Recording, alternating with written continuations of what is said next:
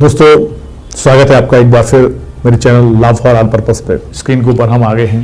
पर शांति कायम रखने के लिए और सदाचार के लिए प्रतिभूति देता है। अब सेक्शन 122 जो बात करता है प्रतिभूति देने में व्यतिक्रम होने पर कारावास। मान लो कोई व्यक्ति अपनी प्रतिभूति देने में व्यतिक्रम करता है, देरी करता है या नहीं दे पाता है तो उसके लिए कारावास की अवधि है तो कितनी है वो हम देखते हैं। क्लॉज नंबर 1 और क्लॉज नंबर 1 का 122 क्लॉज 1 का यदि कोई व्यक्ति जिसे धारा 106 या धारा 117 के अधीन प्रतिभूति देने के लिए आदेश दिया गया है,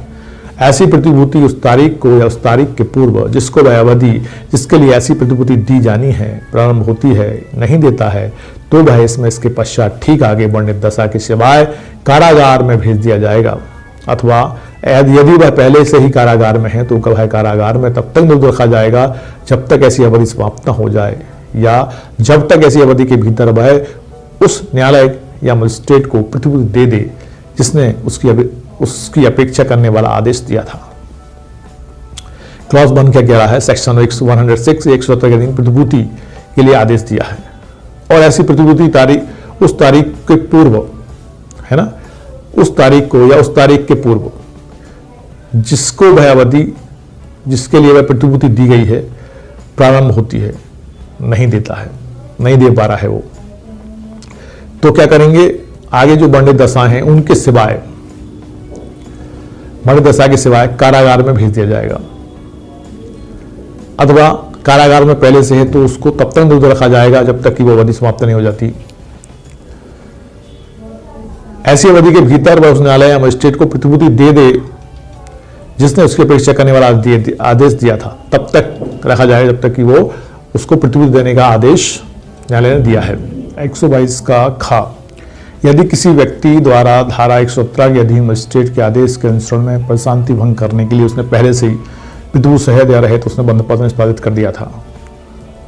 मजिस्ट्रेट या उसके पद उत्तरवर्ती मतलब उसके बाद नेक्स्ट जो मजिस्ट्रेट होगा जिसके पास वो मामला है, समाधान रूप से यह साबित हो जाता है कि उसने बंद पत्र का भंग किया है तो मजिस्ट्रेट या पद उत्तरवर्ती ऐसे सबूत के आधारों को जो सबूत के आधार मिले हैं लिखबद्ध करने के पश्चात उसको गिरफ्तार करा सकता है और बंद पत्र की अवधि की समाप्ति तक उसको अभिरक्षा में रखा जा सकता है, निरुद्ध रखा सकता है और तथा ऐसा आदेश किसी अन्य दंड या संप्रहरण पर प्रतिकूल प्रभाव नहीं डालेगा, ये इसका ध्यान रखा जाएगा। और सेक्शन 122 का प्रतिभूति देने के व्यतिक्रम होने पर कारावास की फर्स्ट का हमने का और खा देखा। अब हम देखते हैं सेकंड क्लॉज। जब ऐसे व्यक्ति को एक वर्ष से अधिक की अवधि के लिए प्रतिभूति देने का आदेश मजिस्ट्रेट द्वारा दिया गया है, तब यदि ऐसा व्यक्ति यथा पूर्वोक्त प्रतिभूति नहीं देता है तो वह मजिस्ट्रेट यह निर्देश देते हुए वारंट जारी करेगा कि सेशन न्यायालय का आदेश होने तक वह व्यक्ति कारागार में निरुद्ध रखा जाए और वह कार्यवाही सुविधा अनुसार शीघ्र ऐसे न्यायालय के समक्ष रखी जाएगी। मतलब इसमें क्या है? जब ऐसे व्यक्ति को एक वर्ष से अधिक अवधि के लिए प्रतिभूति देने का आदेश हुआ है और मजिस्ट्रेट हुआ है, तब यदि ऐसा व्यक्ति यथापूर्वोक्त प्रतिभूति नहीं देता है तो मजिस्ट्रेट ऐसा निर्देश देगा कि उसको अभिरक्षा में रखा जाए। ऐसा निर्देश देते हुए वारंट जारी करेगा कि सेशन न्यायाधीश का आदेश होने तक उसे अभिरक्षा में रखा जाए और ऐसी व्यवस्था की जाएगी कि शीघ्र ऐसे न्यायालय के समक्ष उसकी को रखा जाए। कार्यवाही सुविधा अनुसार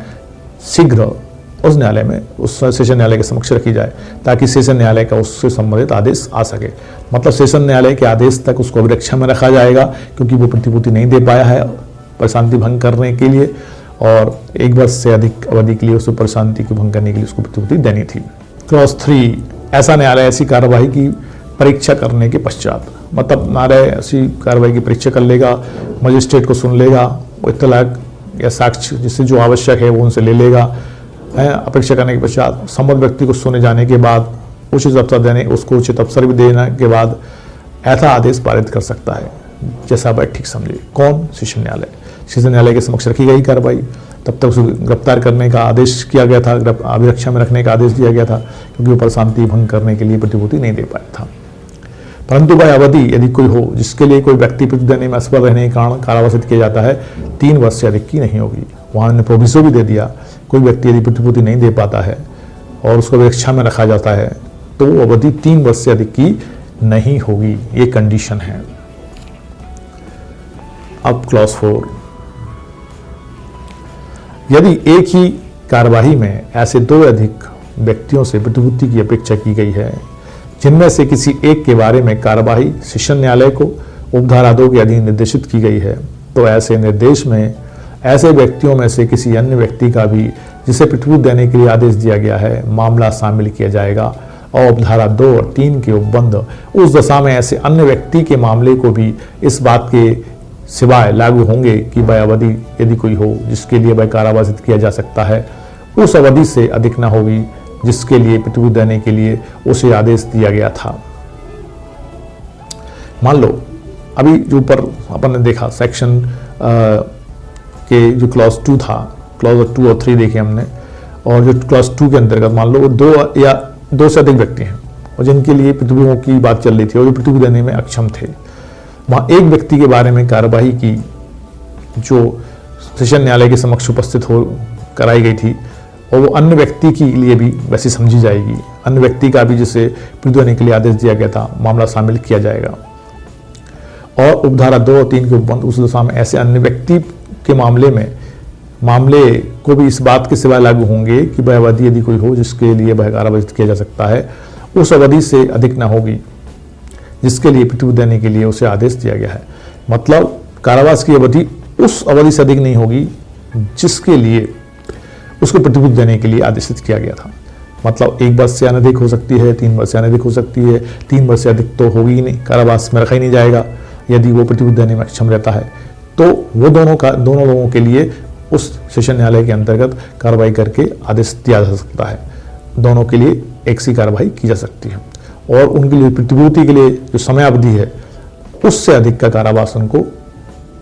नहीं दिया जाएगा यदि वो प्रतिभूति देने में अक्षम रहते हैं। तो सेक्शन 122 का क्लॉज 5, सेशन न्यायाधीश या पर उपधारा 2 या उपधारा 4 के अधीन उसके समक्ष रखी गई किसी कार्यवाही को स्वविवेकानुसार अपर सेशन न्यायाधीश या सहायक सेशन न्यायाधीश को अंतरित कर सकता है और ऐसे अंतरण पर ऐसा अपर सेशन न्यायाधीश या सहायक सेशन न्यायाधीश ऐसी कार्रवाई के बारे में इस धारा के अधीन सेशन न्यायाधीश की शक्तियों का प्रयोग कर सकता है। तो सेशन न्यायाधीश के सामने जब मामला आएगा तो वो अपने अपर सेशन न्यायाधीश सहायक सेशन न्यायाधीश को भी मामले को अंतरित कर सकता है, वो खुद भी सुन सकता है। और अपर सेशन न्यायाधीश सहायक सेशन न्यायाधीश जब मामले को देखेंगे तो वो सेशन न्यायाधीश की शक्तियों का प्रयोग करेंगे। और सेक्शन 122 का जो क्लॉज 2 और 3 है उसके अधीन उनके सामने जो कार्रवाई रखी गई थी सेशन न्यायाधीश की उसकी बात हो रही थी। अब क्लॉज 6 है 122 का, यदि प्रतिभूति जेल के भार साधक अधिकारी को निवेदित की जाती है तो वह उस मामले को उस न्यायालय या मजिस्ट्रेट को जिसने आदेश किया तत्काल निर्देशित करेगा और ऐसे न्यायालय या मजिस्ट्रेट के आदेशों की प्रतीक्षा करेगा। तो यहाँ पर जो प्रतिभूति है वो जेल के भार साधक अधिकारी को दी जाएगी तो वह उस मामले को उस न्यायालय को या मजिस्ट्रेट को जिसने आदेश किया है तत्काल निर्देशित कर देगा और ऐसे न्यायालय या मजिस्ट्रेट के आदेशों की प्रतीक्षा करेगा। कौन करेगा? प्रतिभूति जेल का जो प्रतिभूति जेल के भाषक अधिकारी। क्लॉज 7 है, पर शांति कायम रखने के लिए प्रतिभूति देने में असफलता के कारण कारावास सादा होगा। अच्छा, जो प्रतिभूति नहीं दे पाएंगे पर शांति भंग करने के लिए तो जो उसके विरुद्ध में मतलब नहीं दे पाने के कारण जो कारावास होगा वो सादा होगा। वहीं क्लॉज 8 है 122 का, सदाचार के लिए प्रतिभूति देने में असफलता के कारण कारावास, जहां कार्रवाई धारा 108 के अधीन की गई है वहां सादा होगा। मतलब सेक्शन 108 के अंतर्गत भी कार्रवाई की जा रही है और उसमें पर शांति कायम करने के लिए असफलता में जो उसमें प्रतिभूति देने के लिए असफल हुआ है तो उसके लिए कारावास सादा होगा। जहां कार्रवाई धारा 109 और 110 के अधीन की गई है वहां जैसा प्रत्येक मामले में न्यायालय मजिस्ट्रेट निर्देश दे कठिन या सादा होगा। मतलब स्पष्ट है कि सेक्शन 108 के अंतर्गत तो सादा कारावास होगा यदि प्रतिभूति नहीं दे पाता है ऊपर शांति भंग करने के लिए, है ना। और वहीं सेक्शन 109 और 110 की बात हो रही है तो फिर कारावास और जो न्यायालय है मजिस्ट्रेट निर्देश देंगे कि कारावास सादा हो या कठोर, यहाँ पे ऑप्शन है। और डिस्क्रिमिनेशन पावर जो है वो किसके पास है? न्यायाधीश के पास है।